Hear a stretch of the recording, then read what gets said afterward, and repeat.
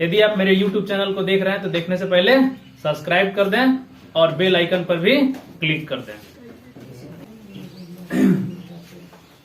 तो हम लोग पढ़ने वाले हैं मॉडल वर्ब। ठीक है, मॉडल वर्ब जनरली ये है क्या? तो जो वर्ब होता है ना, वर्ब के 2 टाइप्स होते हैं। पता है कौन कौन सा होता है? हेल्पिंग वर्ब और मेन वर्ब। नहीं, वर्ब के 2 टाइप्स होते हैं। एक होता है प्रिंसिपल वर्ब। क्या होता है? प्रिंसिपल वर्ब होता है। और एक होता है जिसको बोलते हैं एक्सुलरी वर्ब। क्या? एक्सुलरी वर्ब होता है। ठीक है, एक प्रिंसिपल वर्ब होता है और एक एक्सुलरी वर्ब होता है। है समझ में? एक्सुलरी वर्ब को 2 टाइप्स में डिवाइड किया गया है। एक का नाम है हेल्पिंग वर्ब और एक का नाम है मॉडल वर्ब।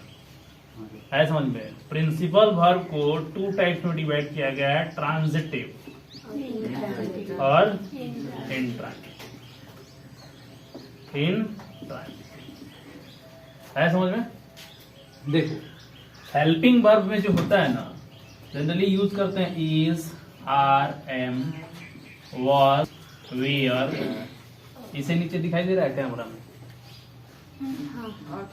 है? इसके नीचे तक है, यहाँ तक है। ठीक है, वाज, वेयर, इसके अलावा डू, डज, डीड। है समझ में? ये सब क्या है? Helping verb. है समझ में? और इसी में हम ले लेंगे क्या? हैव। क्या ले लेंगे? Helping verb. ठीक है, हैड हेल्पिंग वर्ब में आएगा। मॉडल वर्ब के अंदर जो है ना, मॉडल वर्ब के अंदर जो पढ़ने वाले हैं, ये मॉडल वर्ब जो है इनको कहते हैं कैन, कुड, मे, माइट, है ना, should, would, will, ought to। क्या? ought to, will, shall, need और dare। और एक और है जिसका नाम है used to। क्या नाम है? काउंट कर लीजिए, 1 2 3 4 5 6 7 8 9 10 11 12। एक छूट गया जिसका नाम है। तो ये कुल मिला के इतने मॉडल वर्ब। समझ में आ रहा है? तो ये एक्सुलरी वर्ब का ही पार्ट है ना, एक्सुलरी वर्ब का ही पार्ट है ये मॉडल वर्ब कहा जाता है। ये मॉडल वर्ब इसलिए कहा जाता है ना, मॉडल वर्ब इसलिए कहा जाता है क्योंकि इनका हर वर्ब का अपना स्पेशल मीनिंग होता है। हर वर्ब का अपना स्पेशल मीनिंग होता है। अपने में ये क्या है? ये अपने में ये मॉडल है ना। तो इनका सबका जो है अपना अपना क्या है? मीनिंग। ठीक है, तो इस तरह से एक्सुलरी वर्ब को जो है 2 पार्ट में बांटा गया है, हेल्पिंग वर्ब और मॉडल वर्ब। यानी हेल्पिंग एक्सुलरी वर्ब हो गया और मॉडल एक्सुलरी वर्ब हो गया। ठीक है, अब यहां पर एक बात ये समझना है कि आखिर मेन वर्ब कब मानते हैं? मेन वर्ब कब मानते हैं? जैसे मान लीजिए कहा जाए he is poor, he is poor. ठीक है, अब इसमें जो है वर्ब कौन सा है? इज है ना, इज है। ठीक है, दूसरा कोई वर्ब तो दिख नहीं रहा है समझ में? इसलिए इसमें मेन वर्ब कौन सा है? इज है। ये इसको हम मेन वर्ब कहेंगे। क्या कहेंगे? मेन। लेकिन यही यदि कहें he is playing, he is playing, अब यहाँ पे देखो 2 वर्ब आ गया, इज आ गया और प्ले आ गया। प्ले कौन सा वर्ब है? तो प्रिंसिपल वर्ब है समझ में? तो यहां पर यदि हम ध्यान देखें तो प्रिंसिपल वर्ब का हेल्प करने के लिए कौन है? इज। इसलिए यहां मेन वर्ब कौन बनेगा? प्ले। और यहां हेल्पिंग वर्ब कौन बनेगा? इज। समझ में आया है ना? तो मेन वर्ब कब मानते हैं और हेल्पिंग वर्ब कब मानते हैं? ठीक है, ऐसा बात नहीं है, हेल्पिंग वर्ब भी कभी कभी मेन वर्ब बन के आ जाता है, जैसा कि यहां पर मैंने आपको बताया। ठीक है, तो प्रिंसिपल वर्ब जनरली क्या होते हैं, एक्शन जितने होते हैं सब क्या है, प्रिंसिपल वर्ब। आना जाना, खाना, लिखना, पढ़ना, हंसना, दौड़ना, रोना, है ना, ये सब क्या है, प्रिंसिपल वर्ब है। अब प्रिंसिपल वर्ब में भी ट्रांजिटिव है और इंट्रांजिटिव है।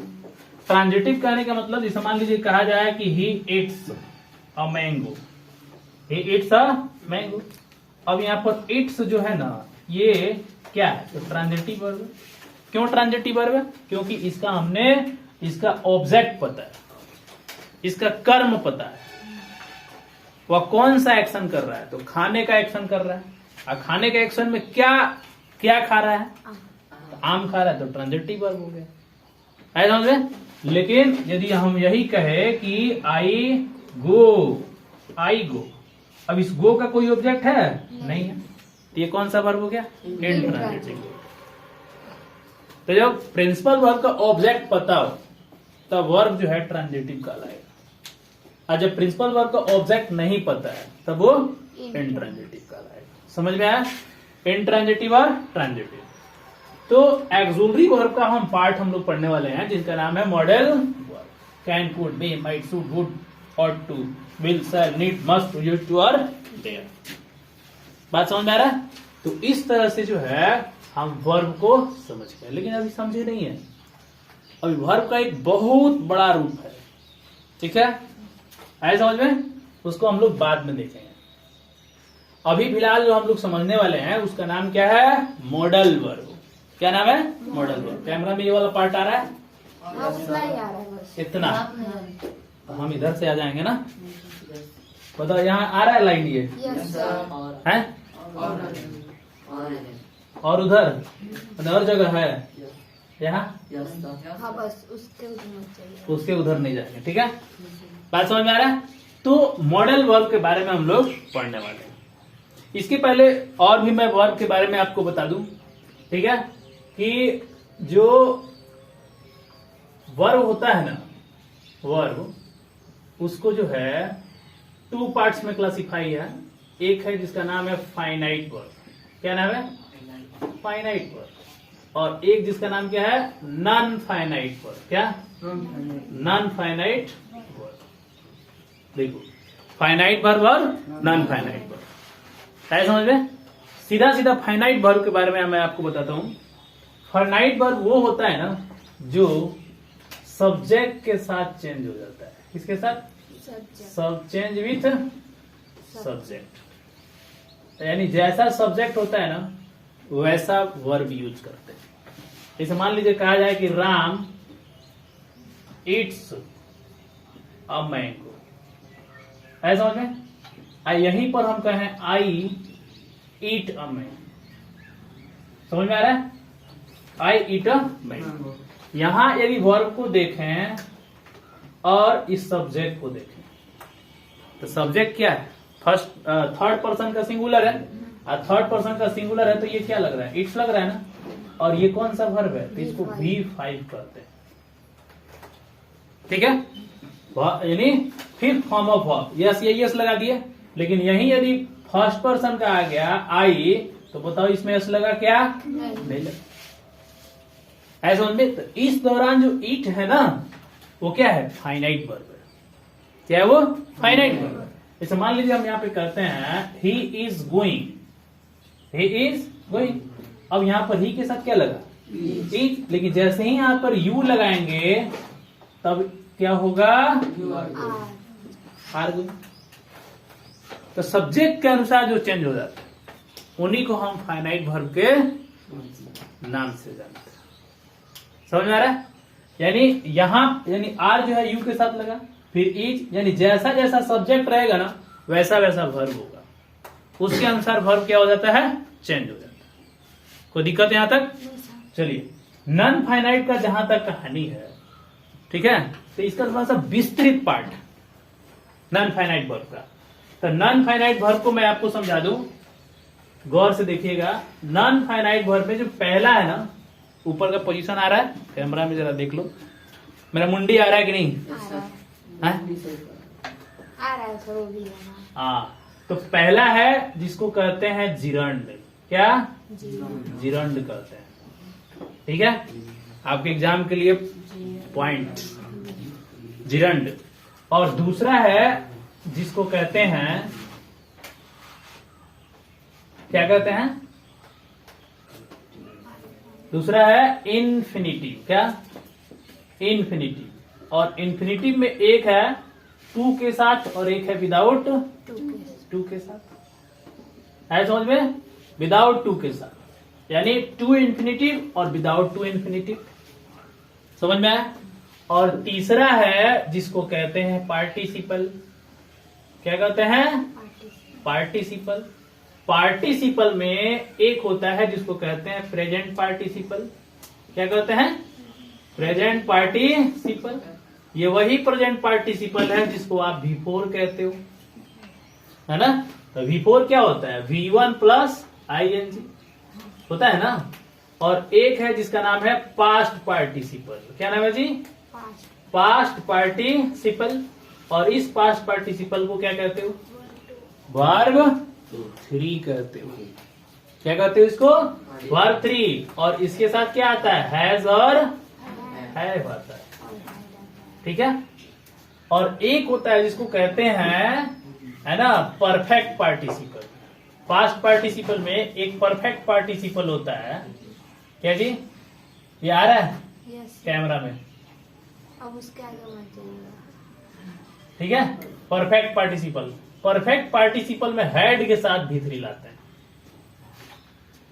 समझ में आ गया? और एक जो होता है जिसको कहते हैं पास्ट फॉर्म। क्या कहते हैं? पास्ट फॉर्म ऑफ वर्ब, जिसको हम V2 कहते हैं। समझ में आ गया? V2 कहते हैं। ये है पूरा क्लासिफिकेशन वर्ब का। ठीक है। अब देखिए, अब बात ये है कि जिरंड क्या होता है। तो जिरंड का मतलब ये होता है ना कि हम प्रिंसिपल वर्ब को नाउन बना दें। प्रिंसिपल वर्ब कहने का मतलब जैसे रीड, रन, ऐसा समझ में, कम, गो, यही ना होता है। इसको हम नाउन बना दें।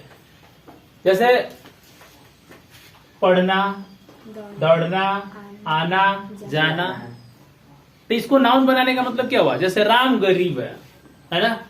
राम गरीब है, तो कौन गरीब है? राम।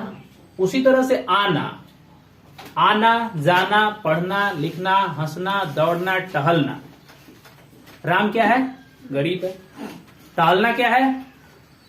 जिस तरीके से राम क्या है तो राम नाउन है, उसी तरह से यदि हम सोचें, टहलना लाभदायक है। टहलना लाभदायक है। गौर कीजिएगा, टहलना लाभदायक है। अब यहां टहलना जो है ना, ये वर्ब है, लेकिन ये नाउन बनकर के आ गया। क्या बनकर के आ गया? नाउन बनकर के आ गया ना, तो इसका हम जिरंड लिखते हैं। क्या लिखते हैं? जिरंड ये कहता है ना कि वर्ब में यदि ing जोड़ दिए तो यह नाउन का रूप ले लेगा। किसका? नाउन का रूप लेगा।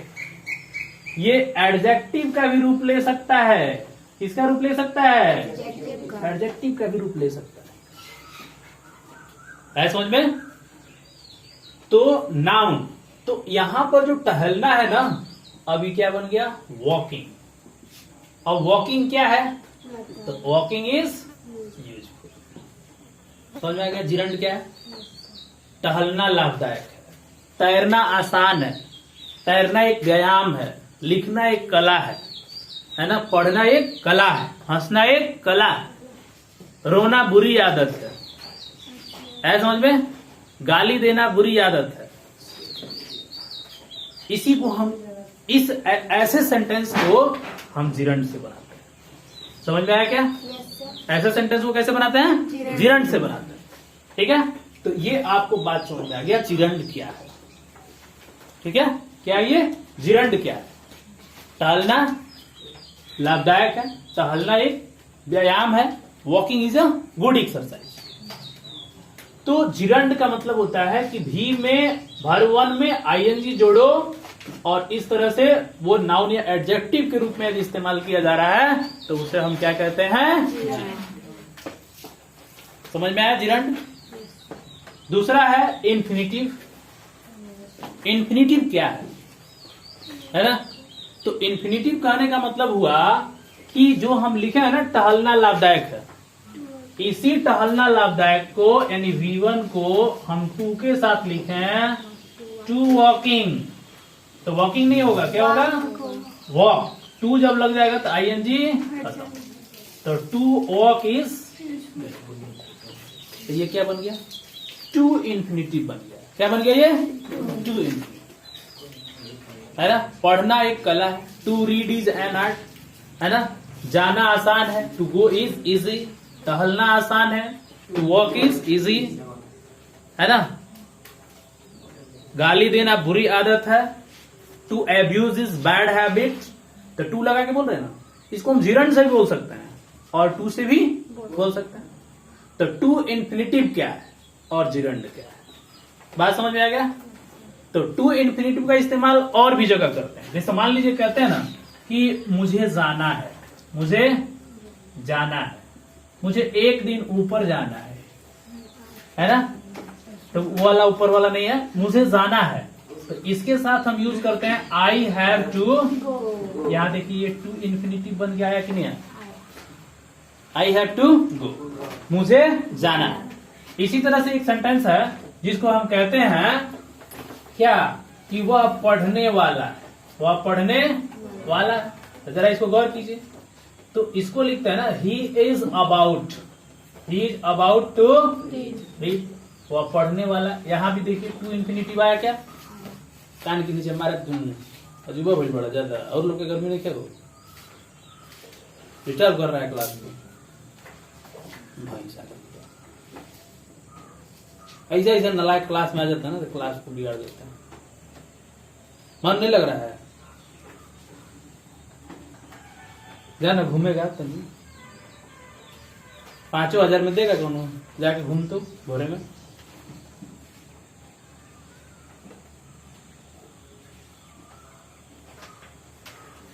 ₹10,000 तुमको देंगे, जा तुम पढ़ के भोरे में कौनों के पास पढ़ के, देखो कौन पढ़ाता है तुमको।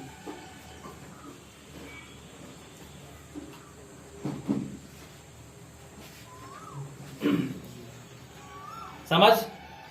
तो टू इन्फिनिटिव का प्रयोग देखिए कहां हो रहा है, एक तो मुझे जाना है यानी हैव के साथ लगता है टू इन्फिनिटिव, और एक देखिए इज आर एम के साथ टू इन्फिनिटिव लगता है ना। तो एक कितने तरह का सेंटेंस पढ़ लिए, पहला, दूसरा और तीसरा, 3 तरह का सेंटेंस वर्क नहीं है। तो एक में जो है जिरंड लग रहा है और दूसरे में क्या लग रहा है, टू इन्फिनिटिव लग रहा है। और टू इन्फिनिटिव का केस, मुझे जाना है, आई हैव टू गो, उसे पढ़ना है, ही हैज टू रीड, मुझे लिखना है, आई हैव टू राइट, तुम्हें दौड़ना है, यू हैव टू रन, उसे हंसना है, ही हैज टू लाफ। तो टू इन्फिनिटिव का प्रयोग यहां पे कर रहा है ना। वह पढ़ने वाला he is about to read, वह लिखने वाला he is about to write, वह हंसने वाला he is about to laugh, वह दौड़ने वाला he is about to run. इसी में एक और आता है, जैसे उसे पढ़ने को है ना, वह पढ़ने को है, वह पढ़ने को है, इसमें हम सिर्फ अबाउट हटा देते हैं, तो ये बन जाता है ही इज टू रीड। देखो यहाँ टू इन्फिनिटिव लगा क्या है, तो हमने जिरंड पढ़ा, टू इन्फिनिटिव पढ़ा, है समझ में। अब हम लोग पढ़ने वाले हैं क्या, without to infinitive, without to infinitive. और ये हमारे टॉपिक से जुड़ा हुआ है। ऐसा मान लीजिए कहा जाए कि वह पढ़ सकता है, वह पढ़ सकता है, तो आप लिखते हैं क्या, ही कैन रीड। अब यहां पर आप रीड को गौर से देखिए, क्या रीड के पहले टू लगा है, नहीं लगा। तो ये वर्ब 1 है, लेकिन यह किस रूप में है, विदाउट टू है। अब विदाउट टू इन्फिनिटिव जो होता है ना, तो इसको पता है नाम क्या देते हैं, बेयर इन्फिनिटिव। क्या कहते हैं, बेयर इन्फिनिटिव कहते हैं, बेयर इन्फिनिटिव। बड़ी निचोड़ निकालने के बाद ये कुछ सीखने को मिला है कि शॉर्ट टर्म में जो है इसको समझाया जा सकता है, नहीं तो तेरा वो किताब पढ़ लेगा तब वो ढंग नहीं आएगा। समझ में आ रहा है। तो देखो किस तरह से जो है, इसका दूसरा नाम क्या हो गया, बेयर इन्फिनिटिव। बेयर का मतलब क्या होता है, खाली, विदाउट होता है, खाली हाथ, बेयर हैंडेड। समझ में आ रहा है। तो किस तरह से जो है हमें यहाँ पे यूज कर रहा है, रूट के पहले टू नहीं लगा, इसलिए इसका नाम क्या है, without to infinitive. Without to क्या ये, विदाउट टू इन्फिनिटिव, ठीक है। तो ये हो गया बेयर इन्फिनिटिव। तो इन्फिनेटिव दो तरह के, एक टू इन्फिनेटिव और एक बेयर। विदाउट टू इन्फिनेटिव यानी बेयर इन्फिनेटिव उसको बोलते हैं। ठीक है, तो इस तरह से जो है जितना मॉडल वर्ब है ना, इसके साथ जनरली बेयर इन्फिनेटिव वर्ब का ही प्रयोग किया जाता है। समझ में आया? किसका प्रयोग किया जाता है? बेयर इन्फिनेटिव वर्ब का प्रयोग किया जाता है। लेकिन कुछ कुछ ऐसे वर्ब हैं, जैसे कि मैं बता दूं, कुछ कुछ ऐसे वर्ब हैं जैसे कि वह पढ़ा करता था। यार है कैमरा में, यस सर। वह पढ़ा करता था। ठीक है, तो इसको बोलते हैं ना ही यूज्ड टू। क्या बोलते हैं? He used to read. इसके साथ जरा देखिए, टू इन्फिनेटिव लगा है कि नहीं लगा? बोलो लगा है। तो कुछ मॉडल वर्ब ऐसे होते हैं जिनके साथ जो है टू इन्फिनेटिव लगता है, लेकिन कुछ ऐसे मॉडल वर्ब होते हैं जिनके साथ टू इन्फिनेटिव नहीं लगता। नहीं लगता। समझ में आ रहा है? यस। ठीक है ना? इसी के साथ एक और है, जैसे उसे बड़ों का आदर करना चाहिए। बड़ों का आदर करना चाहिए। गौर कीजिएगा, करना। तो इसके लिए जो सेंटेंस बनेगा ना, तो इसके लिए हम इस्तेमाल करते हैं ही ऑट टू। क्या? ही ऑट टू। रिस्पेक्ट होगा ना, रिस्पेक्ट एल्डर्स। तो यहां पर देखिए ऑट टू, ये भी एक मॉडल वर्ब है ना? ये भी क्या है? एक मॉडल वर्ब है। और ये भी क्या है? एक मॉडल। तो ऑलरेडी ऑट के साथ टू आता है, आयुज के साथ भी टू आता है, ऑलरेडी आता है। समझ में आ गया? तो इस तरह से जो है हम वर्ब का एक क्लासिफिकेशन पढ़ेंगे। और बाकी इसके बाद का जो वर्ब है ना, ये टेंस के अकॉर्डिंग होता है। आए समझ में? ये किसके अकॉर्डिंग होता है? टेंस के अकॉर्डिंग। तो मेन हम लोग पढ़ने वाले हैं कि आखिर मॉडल वर्ब से जुड़ी हुई बात है, जो कि कहां आके खत्म होती है? विदाउट टू इन्फिनेटिव, यानी इसको नाम क्या देते हैं? Bare infinitive. क्या नाम देते हैं? बेयर इन्फिनेटिव, है ना? कोई दिक्कत यहां तक? तो ये है पूरा वर्ब का क्लासिफिकेशन। है समझ में? तो आपको जो है एक टाइप याद रखना है, ट्रांसलेशन ये, एक टाइप ये, एक टाइप ये और एक टाइप ये। समझ में आ रहा है? तो इस पर हम लोग अलग से चर्चा करेंगे, प्रैक्टिस करेंगे ट्रांसलेशन का। ठीक है, फिर हम लोग अपने टॉपिक पर आते हैं, जिसका नाम क्या है? मॉडल।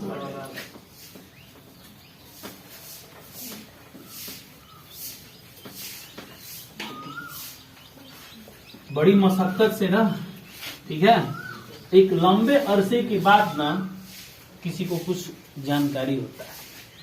कोई सोचेगा कि जो है हम मात्र 5 दिन में पढ़ के सब कुछ सीख के एकदम फराट हो जाएं, ये पॉसिबल है जी?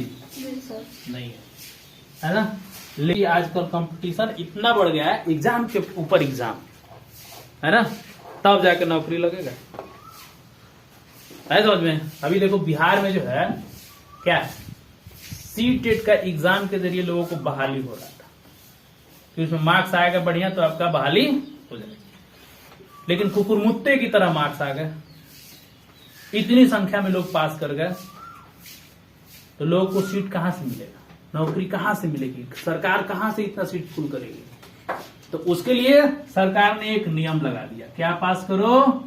बीपीएससी का एग्जाम पास करोगे तब जाके तुमको टीचर की नौकरी। अब लोग पागल हो गए, एग्जाम के ऊपर एग्जाम, है ना? अब लोग पागल हो गए। सोचिए अभी इस टाइम ये हाल है, जैसे आने वाले समय में और जो है दिक्कतें बढ़ती जाएंगी, एग्जाम के ऊपर एग्जाम। तो बताइए, बीपीएससी पास कीजिएगा तब टीचर बनिएगा, तो जिसका सीटेट का रिजल्ट आ गया आप कुछ ही ले लीजिएगा, झोरा में धर के घूमेगा।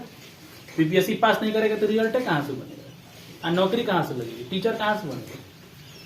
एक बहुत बड़ी समस्या है समझ में?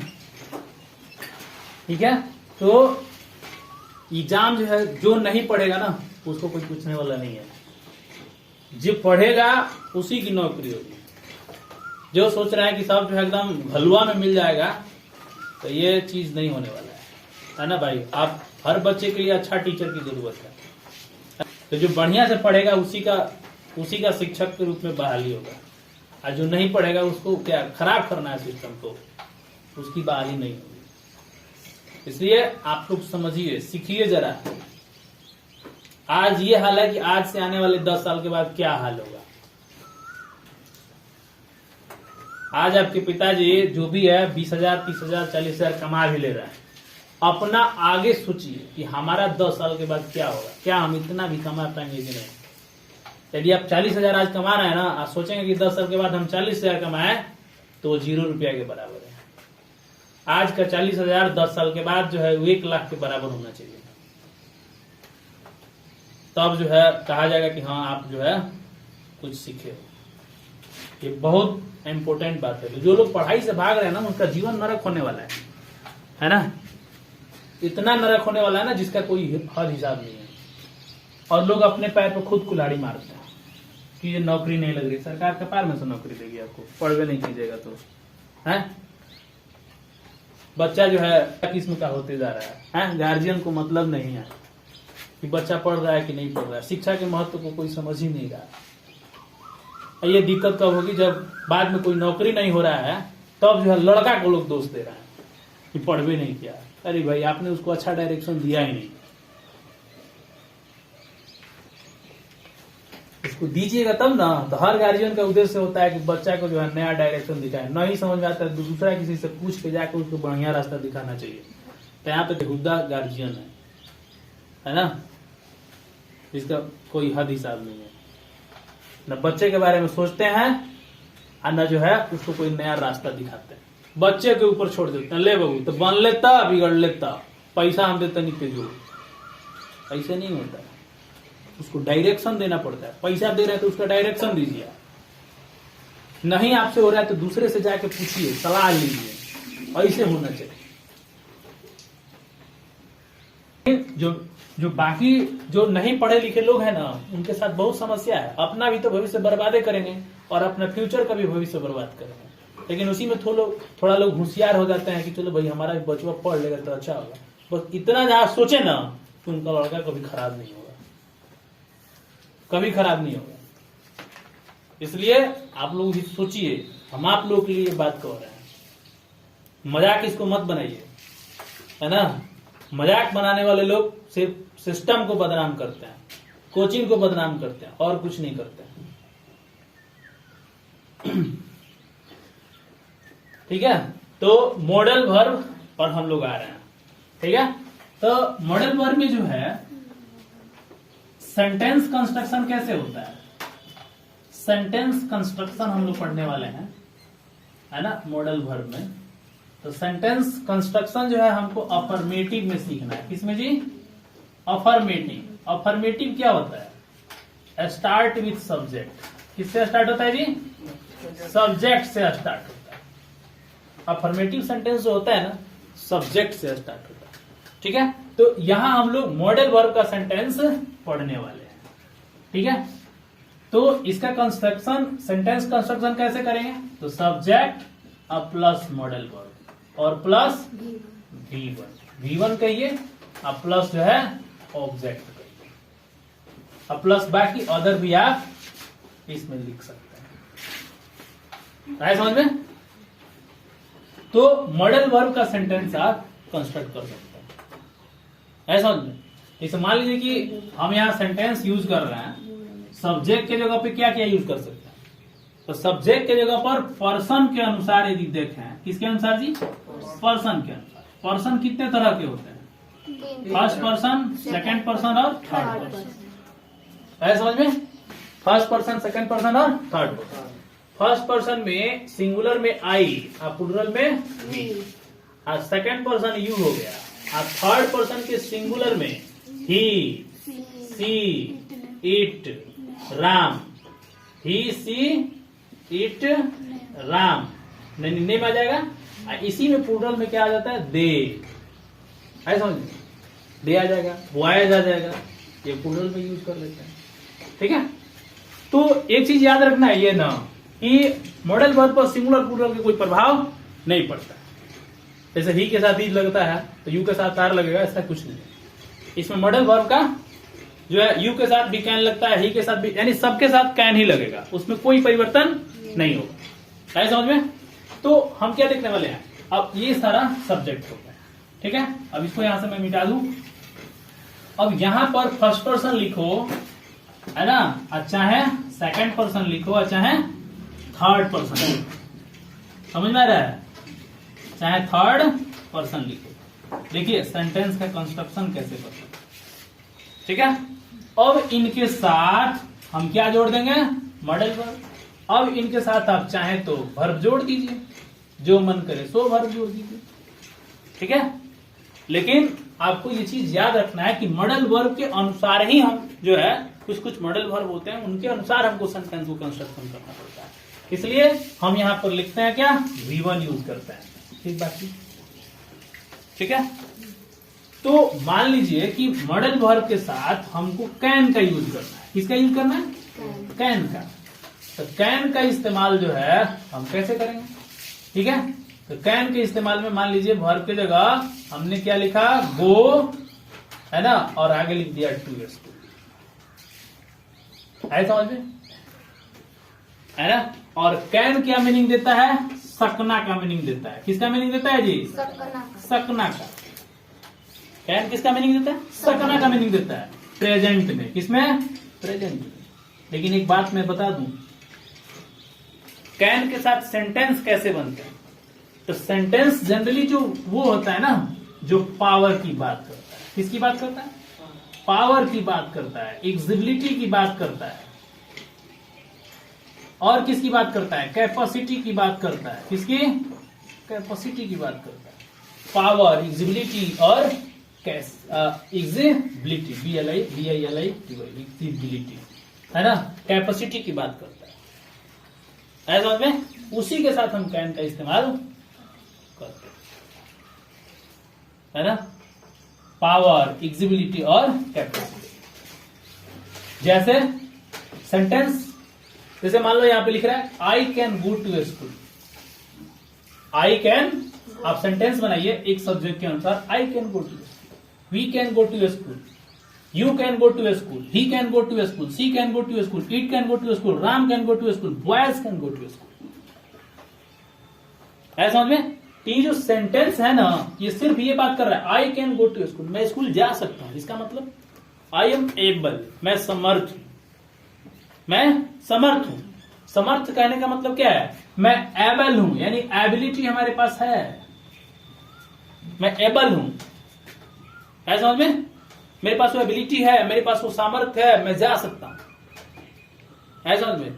तो ये देखो एबिलिटी, पावर, एग्जिबिलिटी और कैपेसिटी, इन सब का मतलब होता है ना अंदरूनी पावर, ठीक है। कैपेसिटी कहने का मतलब क्षमता हो गया, क्या, क्षमता।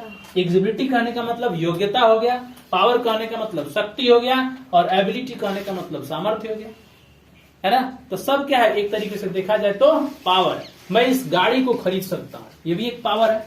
तो किसका पावर है, क्षमता की बात करता है। यदि हमारे पास क्षमता नहीं होगा तो हम कहें अरे यार मेरे बस की बात नहीं, मेरे पास इतने पैसे नहीं है कि मैं कार को खरीद सकूं। लेकिन जिसके पास वो होगा पैसा, वो कहेगा कि I have capacity to buy this car, I can buy this car, ठीक है। तो इन सब सेंस में ना हम कैन का इस्तेमाल करते हैं। जैसे मान लीजिए बहुत बड़ा पत्थर है, उसको उठाना है, तो क्या कहेंगे, मैं एक पत्थर उठा सकता हूं, तो पावर की बात कर रहा है ना। तो जहां पावर की बात आएगी वहां कौन सा मॉडल यूज करेंगे, I can lift this stone, I can lift this stone, I can lift this stone, मैं इस पत्थर को उठा सकता हूं। समझ में आ रहा है? तो जहां पावर की बात आएगी ना वहीं पर कैन का इस्तेमाल करें। मैं इस परीक्षा को पास कर सकता हूं, तो ये भी क्या है, एग्जिबिलिटी की बात कर रहा है ना, यानी I can pass this examination.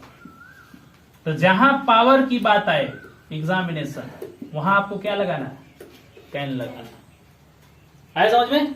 और यदि ये बात आ जाए क्या कि मैं इस कार को खरीद सकता हूं, आई can buy this.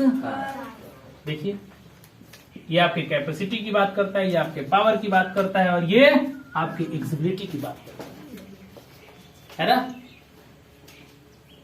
I can get this job, I can get this job, मैं इस जॉब को प्राप्त कर सकता हूं। कैन का इस्तेमाल देखिए एग्जिबिलिटी के सेंस में किया जा रहा है कि नहीं है। तो इस तरह से जो है कैन का जो इस्तेमाल होता है ना, इन चारों चीजों के सेंस में करते हैं। यानी सबका मतलब देखा जाए तो एक जो है अंदरूनी जो पावर है ना, हमारी जो क्षमता है, हम सामर्थ्य है कि नहीं किसी काम को करने में, उसके लिए जो है हम इसका इस्तेमाल करते हैं। बात समझ में आ रहा है। कैन का इस्तेमाल हम कहां करते हैं? कैन का जो पास्ट होता है ना, क्या कैन का जो पास्ट होता है उसको हम क्या करते हैं? कुड करते हैं। क्या? ठीक है। अब इसको जो है यदि आप कैन के जगह इस्तेमाल करेंगे, सेम चीज होगी। अंतर इतना क्या हो गया? पास्ट मैं पढ़ सकता था, आई कुड रीड। मैं लिख सकता था, आई कुड राइट। मैं जा सकता था, आई कुड गो। मैं हंस सकता था, आई कुड लाफ। ऐसा समझ में? मैं दौड़ सकता था, आई कुड। यानी कुड का सेंस क्या है? कैन का पास्ट कुड का लाता है ना। कैन का पास्ट क्या कहलाता है? कुड का लाता है। I could go, I could dance, I could run, I could play, I could write a letter, I could jump from this tree. मैं कूद सकता था। समझ में आ रहा है? तो कैन का पास्ट क्या होता है? कुड होता है। तो इस तरह से जो है हम कैन का इस्तेमाल करते हैं। है समझ में? कैन का इस्तेमाल जो है ना, परमिशन लेने के भी केस में किया जाता है। क्या जी? परमिशन लेना और परमिशन देना। यानी परमिशन जो है लेना और परमिशन देना, यानी अलाउ कर, है ना। परमिशन लेना है तो क्या बोलेंगे? परमिशन लेना है तो बोलेंगे क्या? एग्जाम्पल में can I sit here, can I sit here, क्या मैं यहां बैठ सकता हूं? तो जब भी परमिशन लेना होता है इंट्रोगेटिव सेंटेंस में चले जाए। और इंट्रोगेटिव सेंटेंस हमेशा वर्ब से स्टार्ट होता है, हमेशा एक्सक्लूसिव वर्ब से स्टार्ट होता है। ऐसा समझ में? जहां इंट्रोगेटिव बोले कैन पहले, यानी मॉडल वर्ब पहले, सब्जेक्ट उसके बाद से। तो कैन आई सिट हियर, यहां देखिए कैन परमिशन के केस में हो रहा है ना। परमिशन देना है तब क्या कर सकते हैं? You can go now, you can go now. अब हम कहेंगे कि आप जा सकते हैं। तो परमिशन दे दिया और परमिशन ले लिया। लेकिन याद रखिए, ये परमिशन जो है ना, कैन का इस्तेमाल है ना, हम सब जगह नहीं करते। अपने से जो बड़े अधिकारी हैं उनके पास हम कैन का इस्तेमाल नहीं करते, है ना। मान लीजिए कि ये रेलवे स्टेशन का सीट है और आप यहां बैठे हैं, तो आप कहेंगे कैन आई सीट हियर, है ना। तो कहेगा, अपने से बड़ों से जब परमिशन जब लेते हैं ना, तो वहां क्या बोलते हैं? मे आई सीट हियर। समझ में? मे आई सीट हियर। या कुड का भी इस्तेमाल कर सकते हैं, could I seat here please, क्या मैं यहां बैठ सकता हूं? लेकिन जनरली जो अपने से बड़े लोग होते हैं, जो अधिकारी होते हैं, ऑफिसर्स होते हैं, या प्रिंसिपल ऑफिस हो गया, तो वहां पर जो है हम क्या करते हैं? मे का इस्तेमाल करते हैं। तो अंतर दोनों में है ना। कैन कुड का इस्तेमाल जो है इस तरह से, जैसे कहने का मतलब कुड, तो कुड का इस्तेमाल हम किस सेंस में करेंगे? Could I get a glass of water, a glass of water please, क्या मुझे एक गिलास पानी मिल सकता है? तब ना तुमको कोई पानी देगा। विनय पूर्वक बात कर रहा है। Could I get a glass of water please, क्या मुझे एक गिलास पानी मिल सकता है? इस सेंस में हमने क्या यूज किया? कुड यूज किया। Could you give me a pen please, could you give me a pen please, क्या आप मुझे कलम दे सकते हैं? देखिए कितना अच्छा लग रहा है। कैन का इस्तेमाल यहां पर नहीं कर सकते। दोनों क्लियर हो गया? कैन और कुड। कोई दिक्कत यहां तक नो सर। नहीं आ रहा है क्या? सब आ रहा है? चलो समझ में आ गया? कैन और कुड हम लोग पढ़ लिए। अब कैन और कुड पर हम सेंटेंस बना सकते हैं। बोलो, बना सकते हैं क्या? Yes. मैं पढ़ सकता हूँ, I can मैं लिख सकता हूँ, I can मैं हंस सकता हूँ, मैं जा सकता हूँ, मैं पढ़ सकता हूँ, मैं यह घड़ी खरीद सकता हूँ। I can buy this car, buy this watch, है ना? मैं एग्जाम पास कर सकता हूँ, मैं इस साइकिल को उठा सकता हूँ। आई कैन लिफ्ट, लिफ्ट में क्या होता है? उठाना। I can lift this cycle. है समझ में? मैं पढ़ सकता था, मैं लिख सकता था, मैं जा सकता था, मैं हंस सकता था, मैं दौड़ सकता था, मैं आ सकता था। समझ आ गया? है ना? क्या मुझे कलम मिल सकता है? Could I give me a pen please? Could I get a pen please? क्या मुझे कलम मिल सकता है? तो इस सेंस में हम कुड का इस्तेमाल करते हैं। समझ में आ गया? तो कैन और कुड का सेंटेंस आपको कैसे बनाना है। तो कैन और कुड क्या है? ये अपने में मॉडल वर्ब है ना? तो दो मॉडल वर्ब को हमने जाना, पहचाना और समझा। कैन और कुड। कुड क्या होता है? तो कैन का पास्ट। कुड क्या होता है? कैन का पास्ट होता है। समझ में आ रहा है?